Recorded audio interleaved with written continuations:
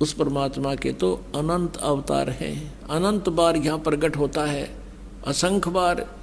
और ये 9 चित्त में बुद्धिनाश, यानी बुद्धिहीन लोग केवल 9 ही अवतार मानते हैं, और वो खलक खेल खलक में, ये इन 9 अवतारों को ही भगवान मान रहे हैं। उस परमात्मा के जो अनंत अवतार हैं, और वो खलक खेल खलक में 6 ऋतु 12 मास।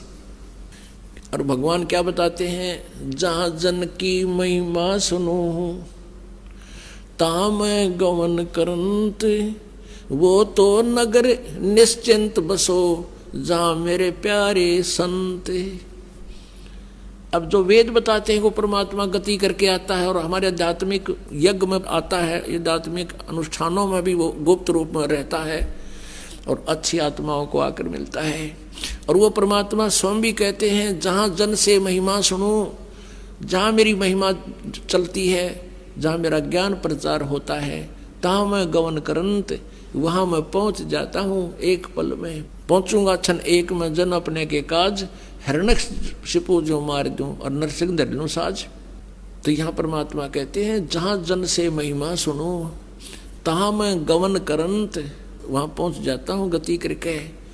और वो तो नगर निश्चिंत रहो जहाँ मेरे प्यारे संत, जहाँ मेरी प्यारी आत्मा है, कहते हैं उस नगरों को भी हानि नहीं होने दूंगा।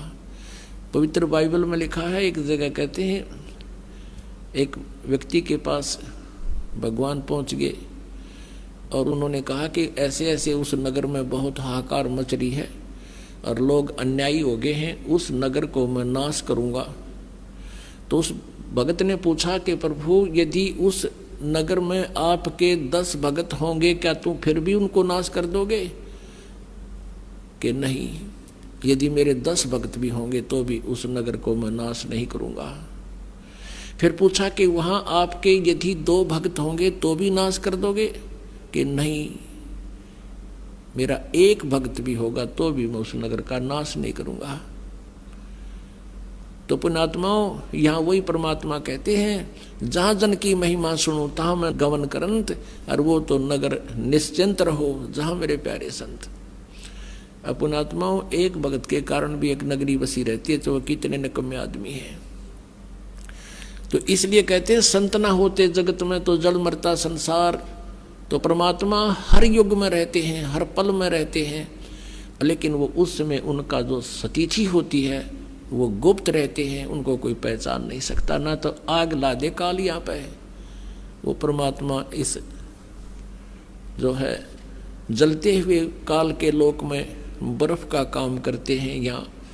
और परमेश्वर ने प्रत्येक ब्रह्मांड में अपना एक गुप्त स्थान बना रखा है, जैसे राजदूत भवन होता है, और वहाँ रहने से भी हमें बहुत राहत यहाँ मिल रही है।